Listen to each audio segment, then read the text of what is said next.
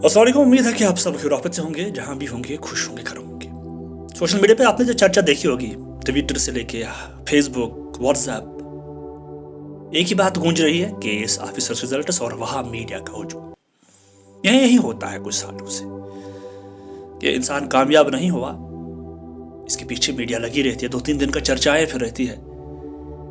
लेकिन ये बात भी समझनी है, जो फेल हुए हैं, जो फेलियर्स हैं उस एग्जाम, हम उनको फेलियर्स नहीं कहेंगे लेकिन सोसाइटी उनको फेलियर ही कहती है, जो कामयाब नहीं हुए, इंटरव्यू तक पहुंचे हैं लेकिन 71 पोस्ट्स थे, तो उनकी हौसला अफजाई की जानी चाहिए या फिर हम उनको नर्वस ही कर देते हैं। सोसाइटी का ऐसा बना हमारे नारम कश्मीर में, हालांकि हाल सोसाइटी का यहाँ पर ज्यादा ही है कि सक्सेस को जो नापने का तरीका है, कामयाबी जो यहाँ माने जाते हैं वो गवर्नमेंट एम्प्लॉय की मानी जाती है। इसके आगे कुछ नहीं और इसके पीछे कुछ नहीं है। चाहे आप सुंदर पिचाई क्यों ना हो गूगल के, चाहे आप किसी मल्टीनेशनल कंपनी के बहुत बड़े ऑफिसर ही क्यों ना हो, चाहे आप किसी कंपनी के ओनर ही क्यों ना हो, लेकिन जब तक आप हमारी सोसाइटी ऐसी बन गई है गवर्नमेंट एम्प्लॉय नहीं हो ना, तो आप कुछ नहीं है, आप फेलियर है।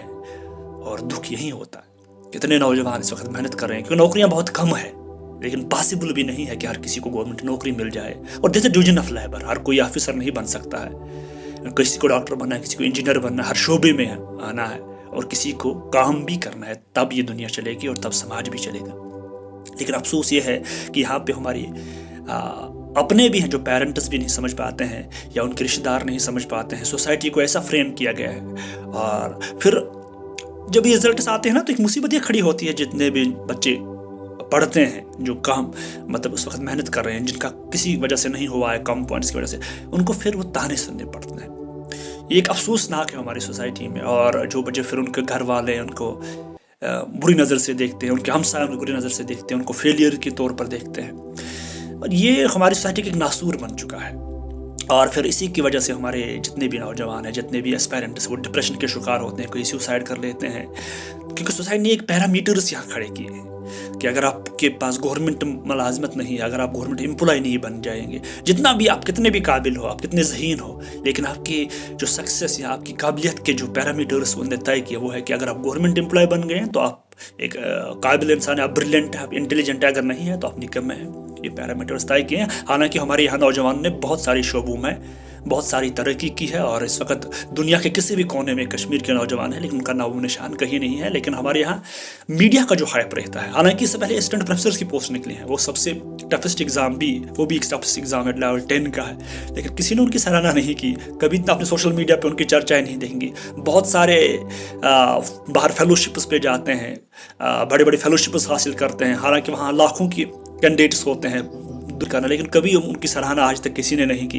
लेकिन यहाँ केस अफसर, हालांकि उनने भी मेहनत की है, ये बात जाहिर है कि केस ऑफिसर्स भी ये 4-4, 5-5 सालों से मेहनत कर रहे हैं इस एग्जाम के लिए, सराहना बहुत ज़रूरी है। लेकिन उनको ये जताना कि मीडिया क्या क्रिएट करती है कि दीज आर दी क्रीमी, यही है आपकी सोसाइटी में क्रीम लेयर्स, इसके आगे कुछ नहीं है। वो डिवीजन क्रिएट करती है कि अगर आप केएस ऑफिसर हैं तो आप सब कुछ हैं, तो आपकी ज़िंदगी अब संवर जाई है, आप एक कामयाब इंसान है, आपकी कामयाबी का राज यही है।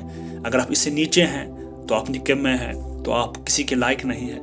तो दूसरी बात यह है कि रिजर्वेशन की बात की जाए ना, अब रिजर्वेशन का एक नासूर बन गया है, इतनी इनजस्टिस क्रिएट होती है उन पढ़े लिखे नौजवानों से, मैं भी शायद उसमें एक हूँ, कि जहाँ हम इतनी पढ़ाई करते, इतनी मेहनत करते हैं, इसके बाद जब ऐसे रिजर्वेशंस को देखते हैं जहाँ आप 50 पोस्ट निकले हैं, इसमें 10-15 आपके लिए होते हैं, बाकी रिजर्व के लिए होते हैं, तो इससे आप अंदाज़ा लगा सकते हैं कि हमारा माशरा कहाँ जाएगा और हमारी क्वालिटी कहाँ रहेगी।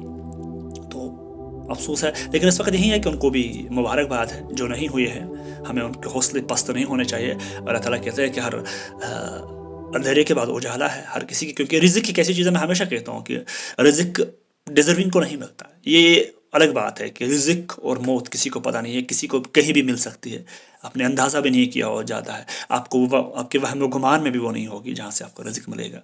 तो हम उम्मीद करते हैं कि सबके लिए अच्छा हो जाए और हमारे लिए भी अच्छा हो जाए, और अल्लाह पे भरोसा रखें। उसकी रज़ा में राज़ी होना ही खुशी, असल खुशी।